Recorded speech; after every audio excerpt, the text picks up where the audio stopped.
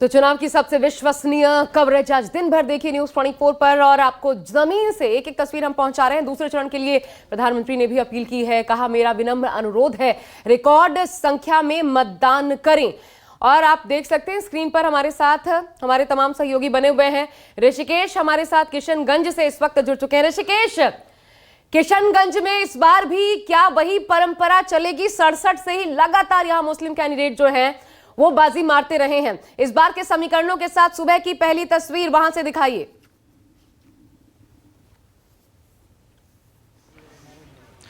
आशा, देखिए जो पहले चरण में जो वोटिंग परसेंटेज कम हुआ था उसको ध्यान में रखते हुए आप कहिए, जहां पर मैं मौजूद हूं, आप एक बार मैं आपको पंक्ति दिखा कि जितने महिलाओं की पंक्तियां हैं उतने ही लंबे पुरुषों की कतार हैं।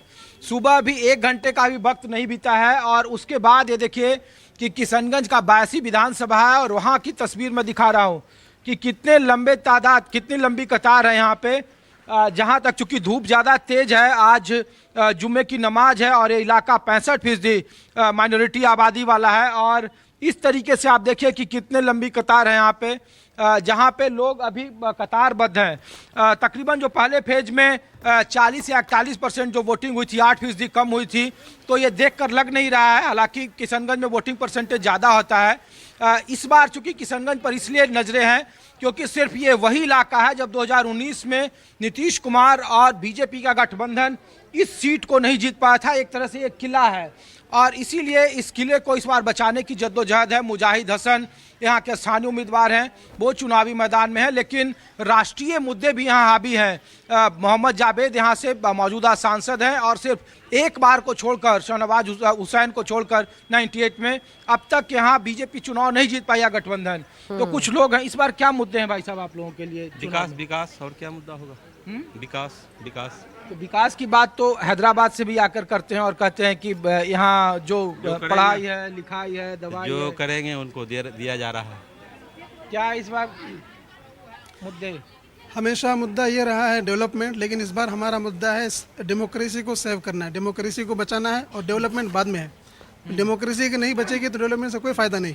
इसलिए पहले डेमोक्रेसी को बचाना है, जहाँ पर हमको बोलने की आज़ादी हो, हर चीज़ करने की आज़ादी हो, और इस वक्त हमारा सबसे पहला मुद्दा वही है। इसी मुद्दे पर हम वोट करेंगे। लेकिन डेमोक्रेसी बचाने की हमेशा आवाज़ हैदराबाद से उठती है और उसका यहाँ फ़ायदा भी दिखता है।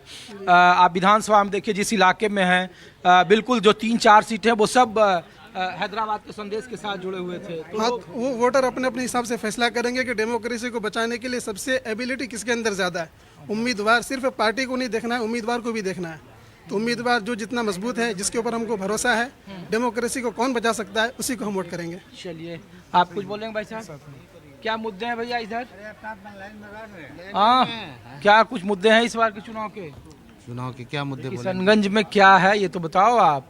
5 साल कैसा हुआ, अगले 5 साल कैसा होगा? बढ़िया है तो बढ़िया रहेगा ना 5 साल। क्या बोलेंगे 5 साल में? अरे कुछ है आप लोगों का यहाँ मन में कोई इशू मन में वोटिंग के पहले? नहीं, कुछ नहीं। नहीं। क्या चाचा इस बार क्या है मुद्दे इस बार आप लोगों का? हाँ, नहीं। आप लोग कुछ बात करेंगे? कुछ है? कैसा सरकार काम कर रही है? जी नहीं। तो ये तस्वीरें मैं आशा आपको दिखा रहा हूँ कि देखिए महिलाओं की कतार कितनी लंबी है। लेकिन मैं बार बार ये पूछने की कोशिश कर रहा हूँ, सबसे ज़्यादा यहाँ पे चर्चा और नजरें हैं वो हैदराबाद को लेकर है, क्योंकि MIM यहाँ चुनाव लड़ रही है और बीते लोकसभा चुनाव में 2,95,000 वोट आए थे यहाँ पे। जो 5 विधानसभा की सीट है उसमें ये पूरे इलाके में 5 विधानसभा की सीट MIM के खाते में गई थी। तो ये एक प्रयोगशाला के तौर पर था। हालांकि अलग बात है कि जो प्रचंड वेव था, 40 में से 39 सीटें जीतने में कामयाब NDA हो गई थी, लेकिन ये खिला भेद नहीं पाया। ठीक है। इस बार चूंकि दूसरे चरण में जो 5 सीटों पर चुनाव हो रहा है उसमें 4 सीटें जनता दल यूनाइटेड के खाते में है और इसीलिए मुस्लिम बहुल ये इलाका है सीमांचल का, तो ये इस बार काफी चुनौती है। चुनौती बड़ी है ऋषिकेश, आप बने रहें। और महिला वोटर्स की तादाद भी हम देख रहे हैं बहुत ज्यादा है, बहुत भारी तादाद में वहां मतदाता सुबह सुबह घरों से निकलकर पहुंचे। लेकिन ऋषिकेश दिक्कत आ रही है वहां भी बात करने में।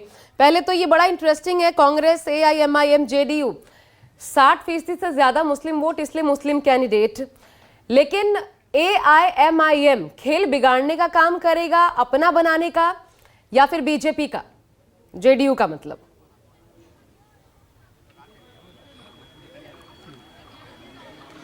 आशा देखिए, यहाँ जो मुद्दा राष्ट्रीय स्तर पर है वो सिर्फ और सिर्फ लोकतंत्र बचाने को लेकर है और संविधान बचाने को लेकर है।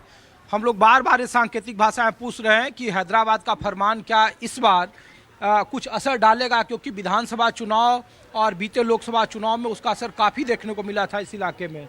तो मैं कोशिश करता हूँ कि यहाँ कुछ मुस्लिम महिलाओं से मैं बात करूँ। आप लोग बात करेंगे, क्या है मुद्दा आप लोगों के लिए इस बार के चुनाव में?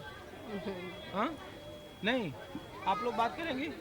अम्मा, कुछ है इस बार चुनाव का मुद्दा आपके क्या लिए? करेंगे, सरकार के लिए तो दे रहे हैं कि चाहे जो सरकार रहे हमारा अपना आदमी है, बस का है ना, अपना ही ना, हमको वही पैसा देता है। अच्छा, हाँ, चलिए, तो ये मैं कुछ और कोशिश करता हूँ कि कुछ महिलाओं से आप कुछ बोलेंगी, क्या इधर के मुद्दे हैं? बिल्कुल क्या? संविधान को बचाना है, हमारा संविधान खतरे में, संविधान को लेकिन बचाना। संविधान बचाने के लिए तो हैदराबाद से भी लोग कह रहे हैं कि संविधान खतरे में। हैदराबाद या दिल्ली या कोलकाता से मतलब नहीं है, हमें अपने संविधान से मतलब है, चाहे जिस तरह बचे। तो संविधान लग रहा है यहाँ कि आप लोग महिलाओं को कि खतरे में है, और या मुस्लिम महिलाओं के लिए जो बात होती है? मुस्लिम की बात नहीं है, आम जनता की बात है। अच्छा, तो आम जनता को लग रहा है कि संविधान खतरे में है, जी, जी। और उसी को बचाने के लिए जी लड़ाई जी, है। जो हमारी सुनेगा, जो हमारी देखी जानेगा, वो उनकी हम भी सुनेंगे, जो हमारे बारे में सोचेगा उनके बारे में हम भी सोचेंगे। मैं कुछ और लोगों से बात करता हूँ। ये